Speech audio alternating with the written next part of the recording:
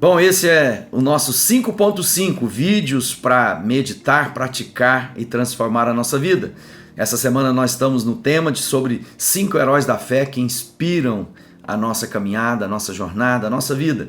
E hoje nós vamos falar sobre Moisés. Eu sou o Galvão Júnior e tenho a alegria de estar com você sempre aqui com um vídeo novo, de segunda a sexta-feira, sempre às 5h05 da tarde. Para você apenas lembrar, não tem nada de mágico nesses números, é apenas uma forma da gente reforçar o vídeo, né? 5 histórias, 5 tópicos, 5 pontos, sempre com 5 minutos de reflexão às 5h05 da tarde, tá bom? Bom, hoje continuamos a nossa reflexão sobre heróis que nos inspiram e eu quero falar do Moisés, que não tinha como. Quando eu fui separar alguns nomes, são tantos, né? Depois a gente vai fazer outra série falando de outros, muitos outros que inspiram cada um de nós. E eu quero falar do Moisés. Moisés é uma pessoa muito importante, porque ela é a figura do Salvador. Ele é um tipo, uma referência daquilo que seria a plenitude em Cristo. Jesus é maior do que Moisés, mas Moisés é um apontamento. Ele é aquele que foi tramada a sua morte, né?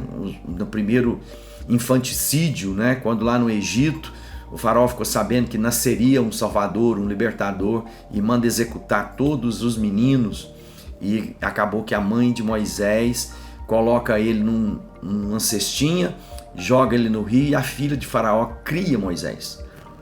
Então Moisés é aquele que foi salvo, ele foi resgatado pela filha do faraó e ele não foi morto junto com as demais crianças.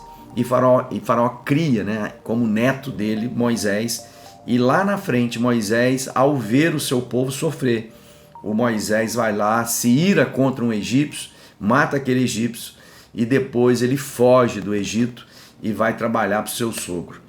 Diz assim, no encontro agora de Deus com Moisés, Êxodo 3, verso 1.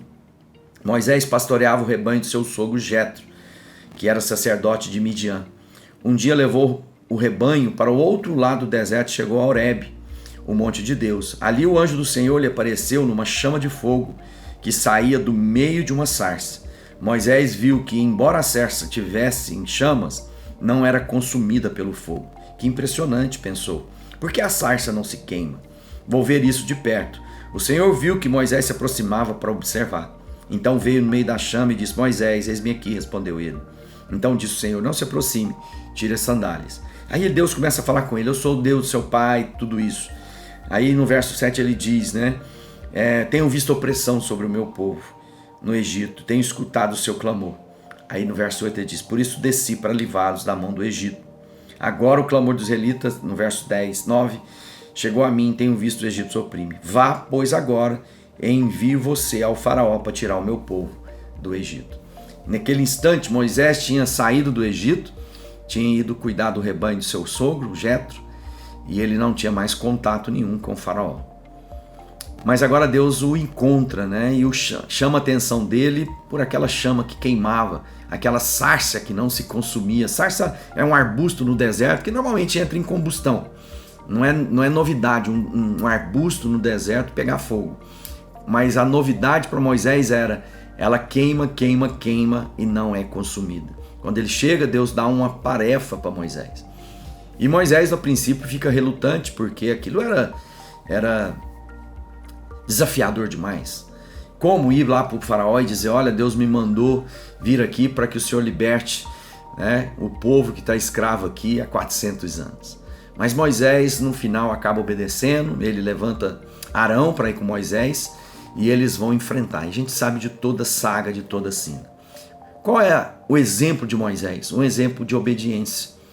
Moisés ouviu a Deus e colocou a sua vida, mesmo em risco de morte, né, para poder obedecer a Deus. Por vezes Deus está nos chamando a atenção por situações e circunstâncias que são diferentes da normalidade.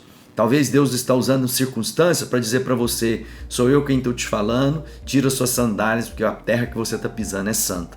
Deus por vezes chama a sua atenção, a minha atenção, e talvez se estivermos distraídos não percebemos.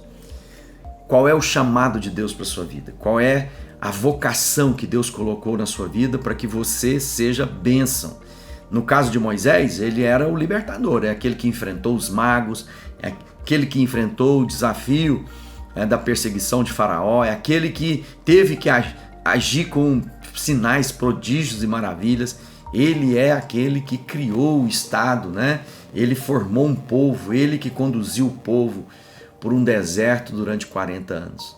Infelizmente, no final da história, o Moisés não entra na Terra Prometida, porque ele se irou quando Deus diz para ele: toque a pedra, ou fale a pedra, e ela vai te produzir água. E ele tocou, ele bateu na pedra.